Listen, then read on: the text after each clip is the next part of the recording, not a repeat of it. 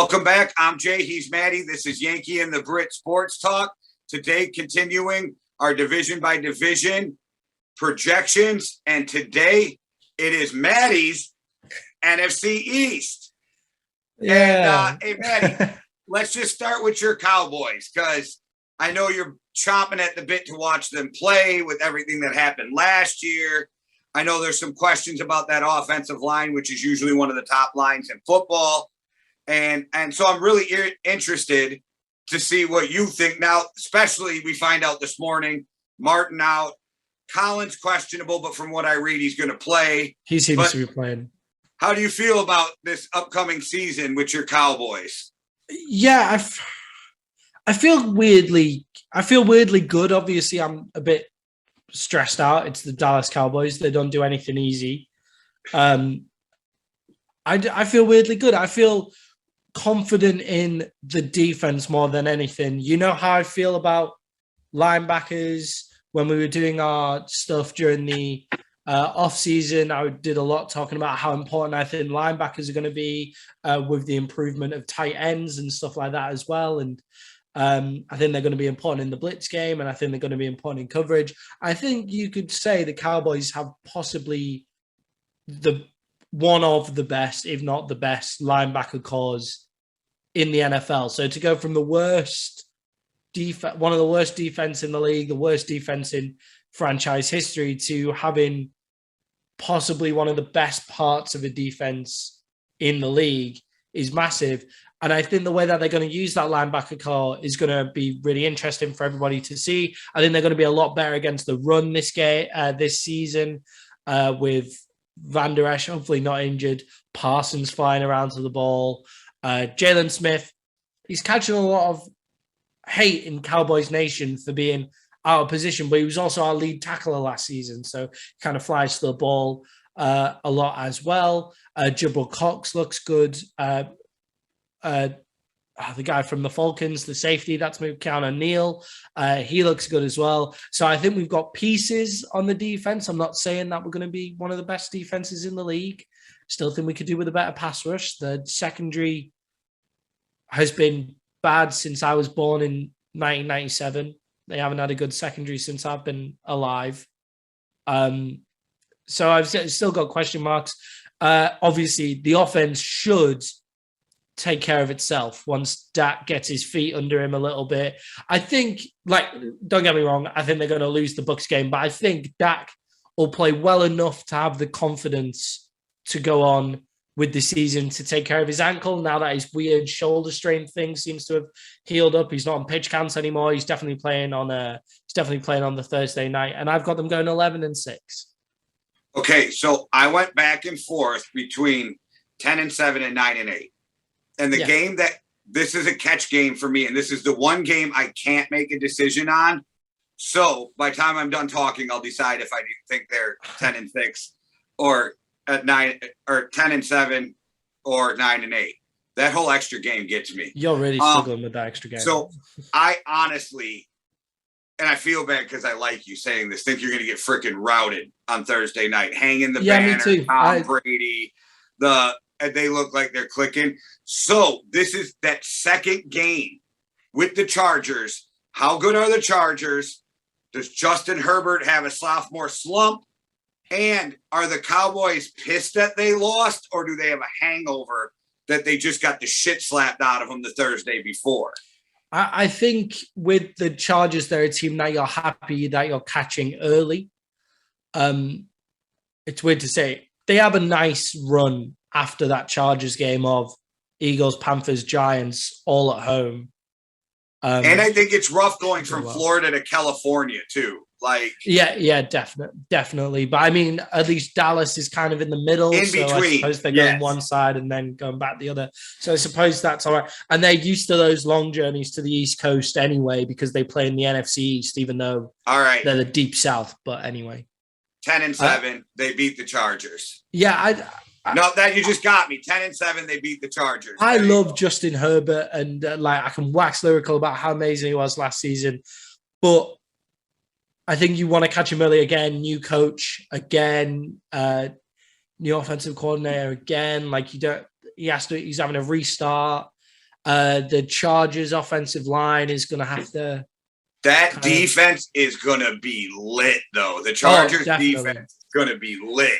Definitely, but I don't mind going against teams with a good defense. It's when their offense is really clicking that scares me, because our offense can keep us in games. The way that Zeke looks in Hard Knocks and in the offseason is insane. And he didn't even have that much of a, like, people are, oh, he had a stump, Yeah, because he won the league rushing title 2 or 3 years in a row. Like, and then your whole offensive line gets hurt. He was in the NFL.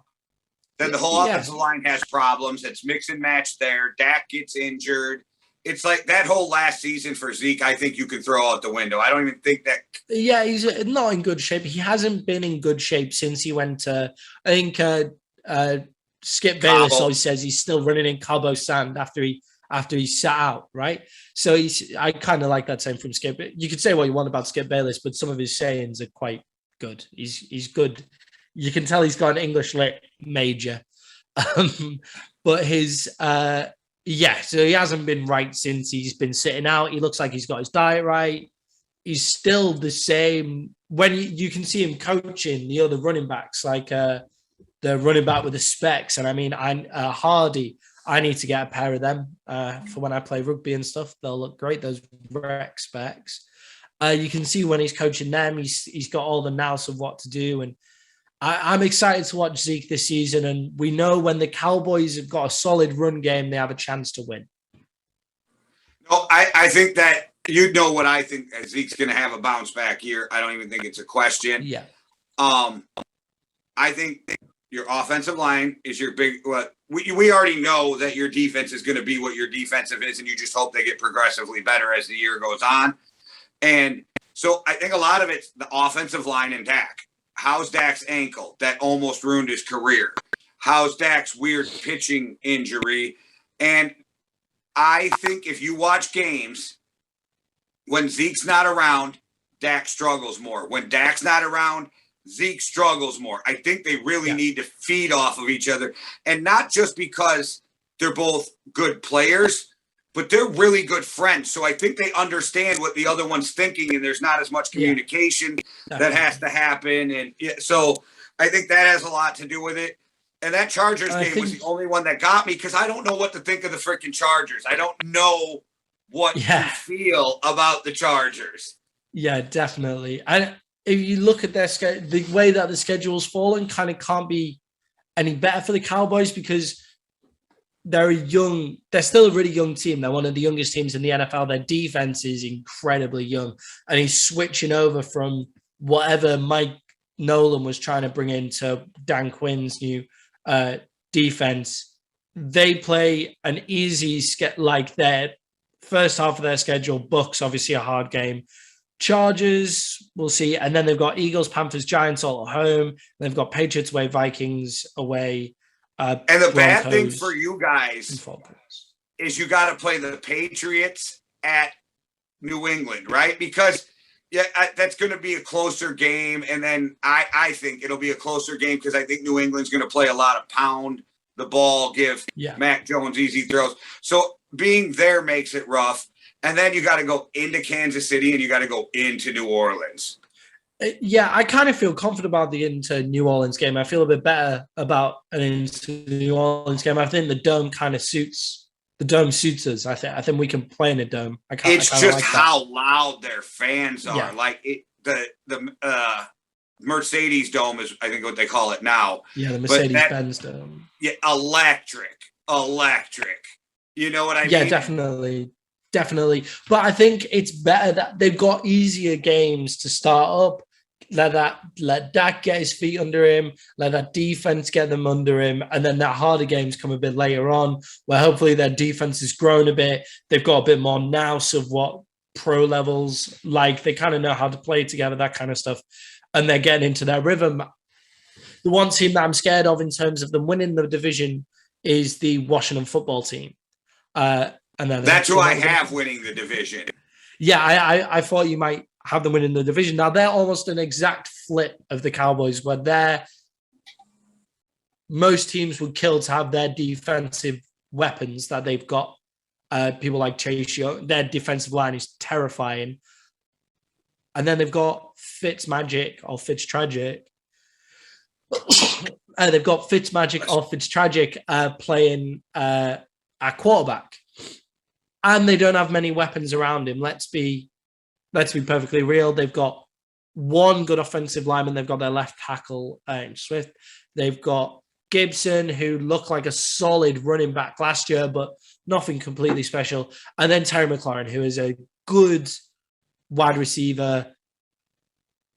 He's a good number one receiver. He's kind of like a Juju Smith-Schuster, where he's a good number one, but an incredible number two, that kind of guy. But they don't have the guy on the other side. Yeah, and oddly, I have them with 4 losses in their first 7 games, but I still have them finishing 10-7 and winning the division. Yeah, they've got a horrible opening as well. Well, they've got the Chargers and the Giants both at home first. And that's big for me too. And we'll get to the Giants, so I won't get too much into that. But that's big for me, both those games being at home. But yeah. I think Buffalo beats them. I think definitely the Packers and the Chiefs beat them. And I think the Saints probably beat them too. The only thing they got going for them, again, rough defense to play against. They're at home, and it all boils down to you're not going to be able to feed Kamara like the whole game with that defense. So Jameis has to make plays. Yeah, definitely. I think that they're a horrible matchup for every team. It's just they're not going to go win games themselves. That's how I kind of look at them. I look at them like you're not just going to go out and ball out on a team and win a game yourself. They're going to win relying games on the other team not being able to play against you. Right. They're going to win games the same way the Patriots are going to win games this year. Yeah. I'm more confident in the Patriots' weapons and their quarterback, if I'm being perfectly honest. I like the Patriots, or I like almost all of Washington's team better than New England, except for the quarterback. So, yeah, it's.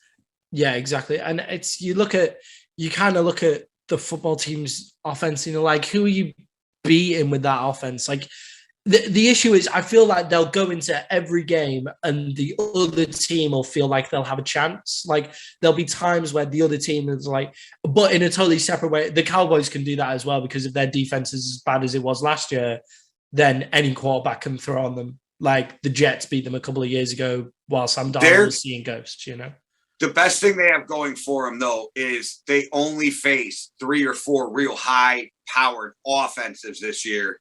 Yeah. Where the other teams are either defensively built or just solid on both ends. You know what I mean? Yeah. And I think Washington football team, the Cowboys, the Vikings, you can't get down 17 points and think that you're just going to come storming back every game. You've got to keep them close for these teams.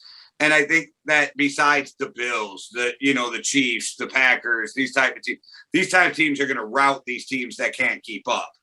And the Washington football team have got the best coach in the division in Ron Rivera as well. I like that's massive. That's massive as well.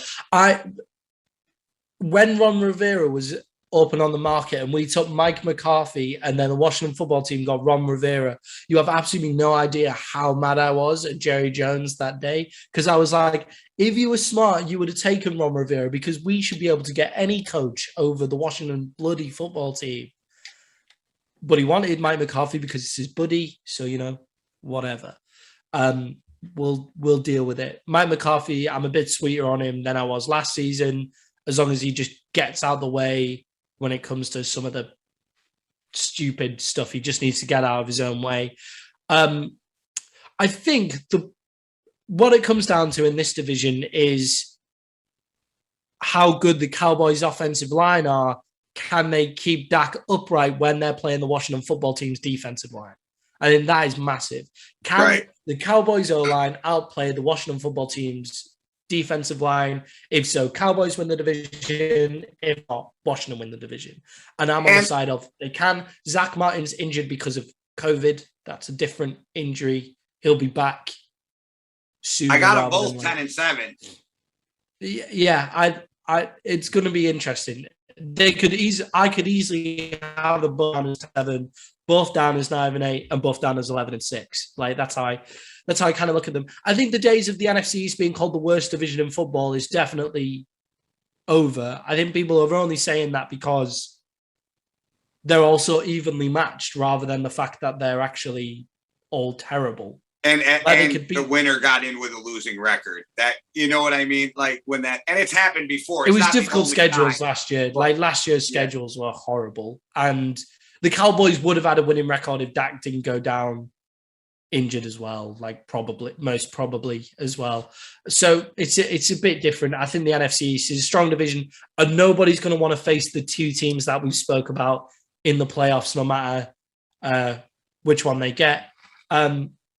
They're now over to the other side of the NFC East, which is the two teams that I don't think are going to make it into the playoffs or have a chance to fight for it. The New York Giants is who are coming up with next, and I've got them at 6 and 11. Okay, I got them at 5 and 12, and I think I'm being nice. Yeah, I'll tell you why I think I'm being nice. Okay, one, I think Danny Dimes sucks balls. I don't think he's a good quarterback. I think he makes dumb mistakes, and I'll never forget him tripping over a 20-yard line with a wide open shot at possibly, the end. I was absolutely wetting myself on a train watching the film. I also think their coach thinks he's in college, and I don't care what those players say. He lost half that team by making them run laps and all this shit. They're like, Pat McAfee made a good point, and Stephen A. Smith said this same thing. If one star player would have been like, fuck you, I ain't doing it, he wouldn't even be the coach right now. He'd have lost the team completely. And you can't tell me that grown-ass 25 to 35-year-old men are trying to listen to this dude tell me to run laps because somebody missed an assignment. I think the way he's coaching, he might lose his team. Or he might have already lost it. You saw by the fight the other day and everybody retiring. I mean... Yeah, no, and there's something weird going on in New York, and I'm not a fan of Danny Dimes, and I'm not a fan of their coaching, and I think I'm being generous giving them 5 wins. Yeah, there was a lot of hype do you remember when we were first doing this around the Giants, like, oh, who's had the best offseason? We were talking about that kind of thing. And we were saying, oh, well, there's 3 teams in the NFC East, and now all of a sudden the Giants have fallen off a cliff to where we can say stuff like they're going to go 6 and 11, 5 and 12. There's so much hype around like Kenny Golladay. Oh my God, look at all their offensive weapons and stuff. And it's like, well, where's all that hype gone? And it's people have seen them in practice. They're exactly what I kind of said they were. I was like, they're not as good as, they're par below the Cowboys and the football team. Yep. They're not terrible. They can beat anybody on their given day, but they don't have it all put together, and their coach isn't all there, to be perfectly honest. He thinks he's Bill Belichick because he comes from that tree, and he thinks he can do, like, this is going to be my way, which is great if you're Bill Belichick or Bill Walsh or guys who have won a bunch of rings. Then, yeah, but you can't, just because you drank coffee with Belichick doesn't mean you can. Like, I don't get these guys who, the run, I'm just telling you, the running. Like, really, you just made them run laps in practice. What's next? 50 push-ups for dropping a pass? Like, this ain't high school. Yeah. It's so weird to me. It's so weird. These players have already done their hard time. They're in the NFL now where, come on, this is professionals. You don't treat you treat your interns to learn respect by fetching you coffee and everything the whole time. But when they become your lead salesman, they don't have to fetch your coffee anymore, man. Right. Like, come on. This is a different level. I'm really American with that. We don't really do interns and stuff like that in the UK. You can't get unpaid labor here in the UK a lot of the time. But 6 and 11 for them. A horrible stretch with the Saints, Cowboys, Rams, Panthers, Chiefs, and then the Bucks just after that. So then, this is one of the few wins I gave the Panthers.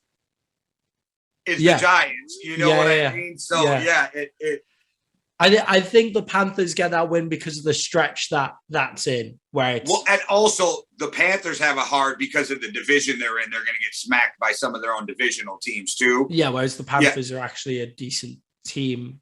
Right. Whereas I don't care what division you put the Giants in, good luck. Yeah, I'd say they're kind of just below average. They're a below average team in every division in the NFL. Like, I feel like they can beat everybody in the NFL on their day if they really wanted to, but they can also lose to everybody in the NFL on their day if they really wanted to. And then another way below average team is the Philadelphia Eagles. It's kind of fallen apart for them after their Super Bowl. It did, but I do still have the Eagles at 7-10 better than the Giants. Wow. I have 2 games better than the Giants, but it's because, and I could be getting caught up in this prisoner. I always tell everybody don't get caught up in preseason, and I might be doing the thing I said. But I think Jalen Hurts is going to be all right, and I think their schedule lends them to some friendly wins, and I think that their offense will be all right. I think their defense will be all right. And I think neither of them will be good or great. Do you know what I'm saying? Like, but yeah, I got more faith in Jalen Hurts than a lot of other people do. And that might be where I gave them more wins. Yeah, I have faith in Jalen Hurts, apart from the fact that it's in Philadelphia, and Philadelphia are very demanding fans. They're going to see the dude scrambling around all over the place, not realize and throwing interceptions and stuff, because most quarterbacks are going to throw interceptions when they're behind this O-line and they have this few weapons and things like their main weapon is Devontae Smith, who hasn't proved anything in the NFL. Right. And then even with the 7 wins, though, I got them beating the Giants twice, right? I got them beating the Jets.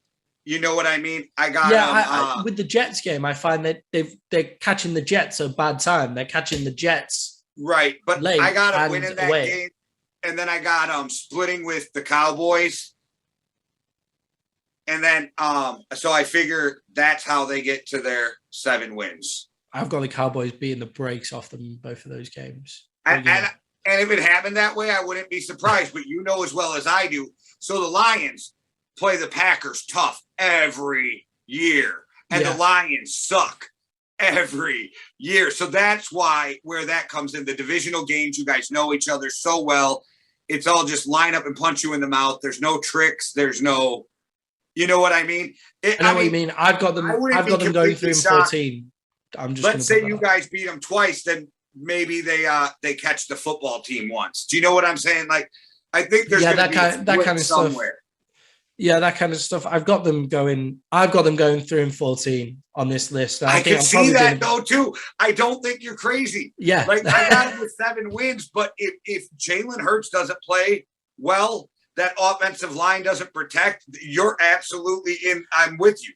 I don't think there's actually a problem with Jalen Hurts. I actually kind of like him as a QB. I think he would be good. I just think it's not a good place to be if you're losing in Philadelphia. Like, nowhere's a good place in the NFL to be when you're losing, but there's places which are way worse than others. And Philadelphia is notoriously hard. And for a young quarterback, when there's so many other quarterbacks, like Carson Wentz couldn't get the Philadelphia Eagles fans on Sam when they were winning. So how's Jalen Hurts gonna? And the Eagles do this weird shit where they're the only, and maybe they're not the only, but they're the only franchise I see that, like, you can win with Carson Wentz. I don't think anybody will argue when Carson Wentz is playing right, you can win with Carson Wentz. But the Eagles believe our structure, our system of football, our leadership can overcome players. And I'm like, that makes 0 sense to me. But it's only the Patriots who've ever been able to do that. And they had a man called Tom Brady. That's because Tom Brady was their system. Right. They had possibly the greatest coach and the greatest QB of all time, and that was their system. So it's not really fair. Belichick's an amazing coach, but he don't win 6 rings without an amazing quarterback, right? Like, so it's just like, I don't know why the Eagles think that you watch the NBA. You heard Philadelphia, trust the process, the 76ers, right? The Eagles are doing the same damn thing, and it hasn't worked for either of them. Yeah, they won the Super Bowl, like, well done. But now it's time to move off those older guys, get into that rebuild mode. And we're finding that is his name Jeffrey Lurie. I think that's their GM's name. If I got it wrong, everybody, you know I'm talking about anyway. But I guess that him and Doug Peterson, the reason they didn't get along is because Doug's like, look, I want a Super Bowl. I want control of this team to run it my way. And they're like, no, Eagles way, Eagles way, Eagles way. And somehow, even me too, thought Doug Peterson was the problem and like kind of a dick. But after listening to Carson Wentz and reading these articles and hearing more from other Eagles players, I don't think it was. I think it was the Eagles front office. Yeah, I think they're also the worst coach team in the division. Like their coach is brand new and out of nowhere kind of guy. So maybe he'll be an absolute savant of the game and change the way that the game's played. The idiot who decides to go, okay, guys, so what we're going to do here is we're kind of going to be like we're having a hot dog eating contest and Kobayashi eating hot dogs. And it's like, if you're going to use that, Joey Chestnut is the world's greatest hot dog eater, and you're not even going with him. This is how fucking ass backwards. At least know the best hot dog eater on your. If you're going to use that, then do your research, man. Come on. You're just showing that you're not spending enough time in the film room with your hot dog eaters or your football team. I don't know where these stupid comparisons come from. Now, you know I busted Dan Campbell's balls for the chew their kneecaps off. I still love it. This is way worse than the chew the kneecaps off. Like, first of all, hot dog eating and football don't really make sense to me. And you picked the second best hot dog eater in the world to compare him to. Yeah, yeah, they're going to come off second best in a lot of games this year. So that works kind of well. Sorry, Eagles fans. Dive, Eagles, dive, because that's what I think of it. Like, and sorry, guys. I just give the Cowboys so much hate. You know, you put it perfectly. I forget how you worded it when we were just talking, but since they won the Super Bowl, they've screwed up everything that could have been screwed up. Yeah, they just haven't got it right since then. And that there are a lot of teams that have done that. There are a lot of teams that have won Super Bowls and screwed up, but come on, be big enough to be like, oh, this is why we got it wrong, and then build it up. Don't keep on going, oh, we're just going to do the same thing, do the same thing, do the same thing. Because that's the definition of insanity, doing the same thing over and over again and expecting different results. And it's just stupid. It's the main problem with the Cowboys as well. The Cowboys and Eagles should be the greatest franchise, two of the greatest franchises in the NFL at the minute. And they keep on saying, we're going to do stuff the same way. And it's just not right. Like, it doesn't work. So move on. Well, I just called you an asshole, so I should probably explain. But you're an asshole because now you got me doubting their 7 wins completely. I did think 7 wins. I feel like 7 wins is generous. I feel like 3 wins is harsh. They're probably somewhere in the middle of there. Yeah, but you completely convinced me, so you're an asshole because you could have convinced me before I actually recorded it. And then I wouldn't have to change my mind on the video. But yeah. That just proves we do not talk ahead of time about what we're saying. We do honest opinions on everything every single time. And if you want to continue hearing those honest opinions, guys, then please do follow us on Facebook. Share this video if you want all your friends to do it. And in this coming season, you won't have to look at our ugly faces, mismatched backgrounds with our, these are called salspucha, which is sunflower in Latvian. So that's what they are. So you don't have to see my salspuchas and stuff like that. You can just listen to it by going to Spotify, iTunes, any other podcasting service. After week 1 of the season, I'll be getting those audios up there.